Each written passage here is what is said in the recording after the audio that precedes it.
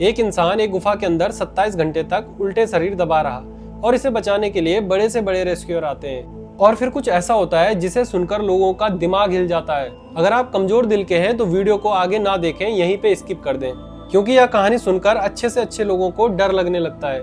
यह है the most unusual and most daring death in caving history, Nutty Putty Cave की कहानी। 24 नवंबर 2009 के दिन अमेरिका के यूटा में रहने वाले जॉन एडवर्ड नाम का 26 साल का लड़का, जो कि अपनी जॉब से सीधा छुट्टी लेकर अपने घर यूटा में पहुंचा। और वहां जाकर जब वह फैमिली से मिला तो सभी फैमिली वालों ने मिलकर प्लान बनाया कि क्यों ना वह इस वेकेशन को कुछ अच्छे तरीके से मनाए। और फिर वो नट्टी पट्टी केव को एक्सप्लोर करने का प्लान बनाते हैं। और यह प्लान उनकी लाइफ का सबसे खौफनाक डिसीजन होने वाला था। तो सभी घर वालों का प्लान यह होता है कि 24 नवंबर की रात 8 बजे नट्टी पट्टी केव को एक्सप्लोर करने जाएंगे और कुछ घंटे बाद घर वापस लौट आएंगे। लेकिन वहां जो होने वाला था ये कोई सपने में भी नहीं सोच सकता था। हालांकि जॉन इस केव में पहली बार जाने वाला था, लेकिन इसे थोड़ा बहुत केविंग का एक्सपीरियंस था, क्योंकि वो अपने छोटे भाई के साथ बचपन में केविंग किया करता था। केव में एक ऐसा सेक्शन है जो कि काफी चैलेंजिंग है, जैसे कि बर्थ कैनाल कहा जाता है, जो कि बहुत ज्यादा नैरो और टाइट है, जिसकी वजह से वहाँ एक्सपीरियंस केवर भी अपनी बॉडी को स्क्वीज करके भी निकाल नहीं पाते हैं। किसी के हिप्स और शोल्डर वहाँ फंस जाया करते थे और जितना भी वो कोशिश कर ले नहीं निकलते और उसे निकालने के लिए रेस्क्यू टीम की जरूरत पड़ती। और इसी वजह से इस केव को सालों पहले बंद भी कर दिया गया था। और यह नट्टी पट्टी के मार्च 2009 में फिर से रीओपन हुई, कुछ नए रूल्स के साथ। रूल्स ये थे कि केव के अंदर जाने से 21 दिन पहले वहां के अथॉरिटी से परमिशन लेनी होगी और केवर के हर एक ग्रुप में 2 एक्सपीरियंस केवर होना कंपलसरी था। जॉन और उसका 13 साल का छोटा भाई जॉस, जो दोनों एक्सपीरियंस केवर थे, तो इन्हें अंदर जाने की परमिशन आसानी से मिल जाती है। और फिर सभी घर वाले मिलकर नट्टी पट्टी केव के एंट्रेंस पर पहुंचते हैं, जिसकी साइज सिर्फ 30 इंच थी। और वह सभी 24 नवंबर की रात 8 बजे केव में घुसते हैं। पूरा ग्रुप केव में एंटर होता है।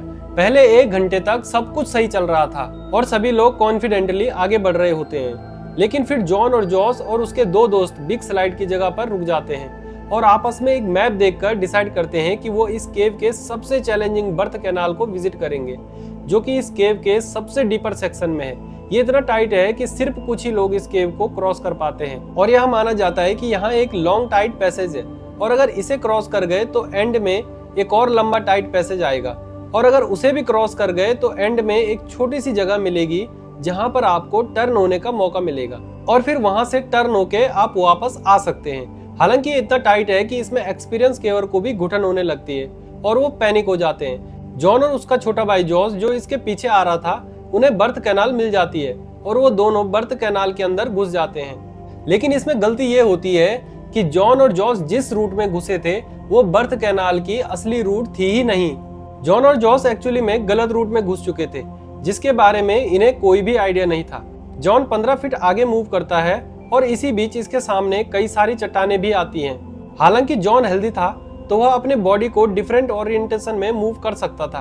अपने शोल्डर्स, अपनी कमर और दोनों पैरों को प्रॉपर डायरेक्शन में फोल्ड करके वह आगे मूव करता है।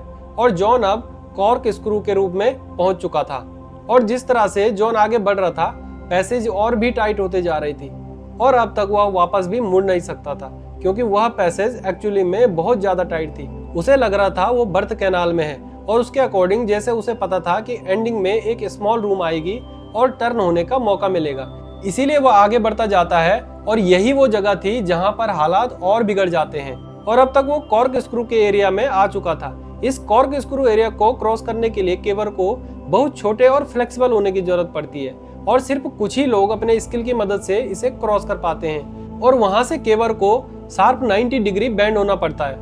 लेफ्ट की साइड अब तक जॉन स्मॉल एरिया से टर्न हो चुके थे और इसके बाद वह मोस्ट डिफिकल्ट सेक्शन में पहुंचते हैं। 5 साल पहले एक 16 साल का लड़का ब्रॉक क्लार्क यही कॉर्क स्क्रू सेक्शन में अटक गया था, जिसकी हाइट सिर्फ 5 फुट 7 इंच थी और वेट 63 केजी था और उसे रेस्क्यू करने के लिए 14 घंटे लगे थे।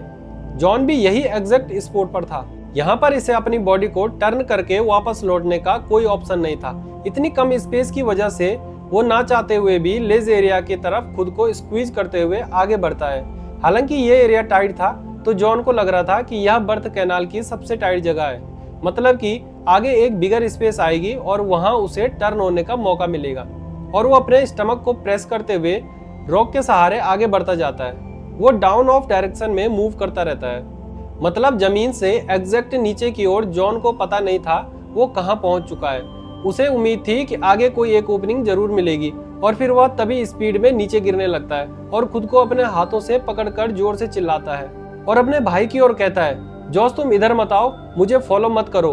अपने कंधे के सहारे इसे आगे बढ़ना जरूरी था बाहर निकलने के लिए। और तब जॉन को अपने हेडलैम्प से एक होल की ग्लिप दिखाई देती है और जॉन के अंदर एक उम्मीद जगती है। लेकिन ये जॉन की जिंदगी की सबसे बड़ी और आखिरी गलती थी। वो आगे बढ़ता है और अपने सर को होल में डालता है, और एग्जैक्टली वो जिस टनल में जा रहा था वो अननोन थी, और अब वो वहां पहुंच चुका था। और वो टनल और भी टाइट थी, वहां स्पेस बहुत कम थी, और जैसा कि उसने सोचा था कि आगे ओपनिंग मिलेगी, लेकिन आगे रास्ता बंद था। ये पूरे पैसेज की एंडिंग थी। जिस जगह की स्पेस 18 इंच थी, मतलब कि जितनी एक लैपटॉप की स्क्रीन होती है, वह कंप्लीटली उल्टा हो रखा था। उसका सिर नीचे और पैर ऊपर थे, करीब 70 डिग्री एंगल पे। वह खुद को ऊपर पुश करने की कोशिश करता है, पर वो फिर से नीचे फिसल जाता है, और उसका एक हाथ यूजलेस पोजीशन में फंसा हुआ था और दूसरा हाथ उसके चेस्ट की ओर मुड़ा हुआ था। वह दीवार के सहारे खुद को पुश करने की कोशिश करता है, लेकिन इसे जल्दी रियलाइज हो जाता है कि सारे मेहनत के बावजूद भी वह मूव नहीं कर सकता, और उसके पैर भी होल के सबसे स्मॉल साइड में फंसे हुए थे। वह जॉस को दोबारा चिल्लाता है, जबकि जॉस इसके पीछे ही था कॉर्क स्क्रू एरिया पर। लेकिन वो अपने भाई की तरह इस एरिया से क्रॉस नहीं करता, बल्कि वह अपने फीट को आगे करता है और फिर अपने सर को पीछे रखता है, ताकि वह आगे से आसानी से रिटर्न हो सके। इसे जॉन की आवाज कंटिन्यू सुनाई दे रही थी, और फाइनली पहुंचता है वो उस जगह पर जहां वह देखता है कि जॉन एक हॉल में घुसा हुआ है, और हॉल ने इसे पूरा निगल लिया है, और उसके सिर्फ 2 पैर ही दिख पा रहे हैं। वो जॉन के दोनों पैरों को अपने पैरों से खींचने की कोशिश करता है, लेकिन जॉन थोड़ा सा ऊपर आता और फिर ग्रिप छूट जाती, और जॉन फिर वापस इनिशियल पोजीशन पर चला जाता। और बार बार ऐसा करने से कुछ नहीं हो पा रहा था, और इस सिचुएशन में दोनों फ्रस्ट्रेट हो जाते हैं। और जॉस को अब यह बात समझ में आ चुकी थी कि यहाँ प्रोफेशनल रेस्क्यूअर की मदद लेनी होगी, और दोनों के बीच में यह डिसाइड होता है कि जॉस बाहर जाएगा मदद लाने के लिए, और जॉन यहाँ अपनी पूरी कोशिश करेगा रिलैक्स रहने की और धीरे धीरे सांस लेने की, क्योंकि यहाँ ऑक्सीजन की बहुत ज्यादा कमी थी। खैर जॉस केव से बाहर आता है और सभी को इसकी जानकारी देता है, और फिर रेस्क्यू टीम को बुलाया जाता है। यहाँ पर सबसे बड़ी प्रॉब्लम यह थी कि जॉन अब साइड डाउन पोजीशन में था। अब रेस्क्यू डॉक्टर का मानना है कि अब साइड डाउन पोजीशन में रहने की वजह से वह सिर्फ 8 घंटे तक ही जिंदा रह सकता है, और फिर उसके बाद सारे ऑर्गन्स फेल होना शुरू हो जाएंगे। जॉन के रेस्क्यू के लिए सबसे पहले एक फीमेल रेस्क्यूअर अंदर जाती है, जिसका नाम था सूसी, और वो अपने पैरों में रस्सी बांधकर अंदर घुसती है ताकि वह अंदर जाकर अटक न जाए। इसकी हाइट करीबन 5 फीट 3 इंच थी, जिससे सूसी को कॉर्क स्क्रू एरिया से क्रॉस करने में बहुत आसानी हो जाती है, और रात को 12:30 बजे जॉन से मिलती है। और अब तक जॉन को वहां फंसे हुए 9 घंटे हो चुके थे।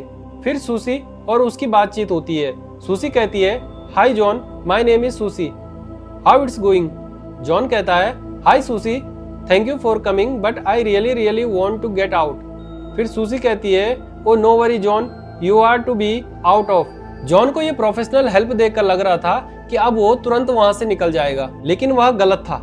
सूसी ये देखकर समझ चुकी थी कि ये सिचुएशन जितनी बुरी दिख रही है, ये उससे ज्यादा बुरी है। सूसी जॉन के पैरों को रस्सी से बांधती है और खींचने की कोशिश करती है, लेकिन रोप में फ्रिक्शन बहुत ज्यादा थी, जिससे वो इफेक्टिवली रस्सी को खींच नहीं पाती।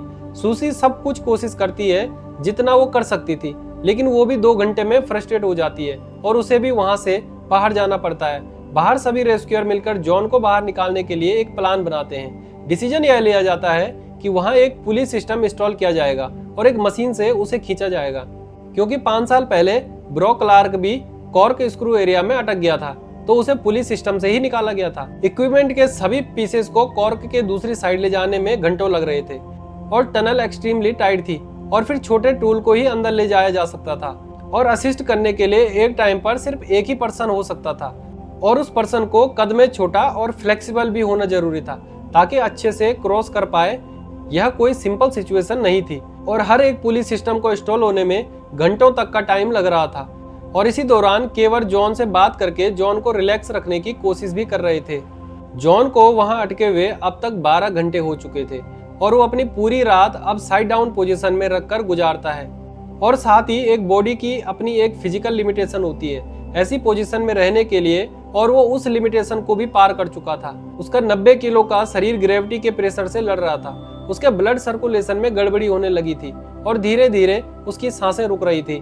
पूरी रात यहाँ बिताने की वजह से ये काम एग्रेसिव हो रहा था। इसके लेग्स काम करना बंद हो गए थे।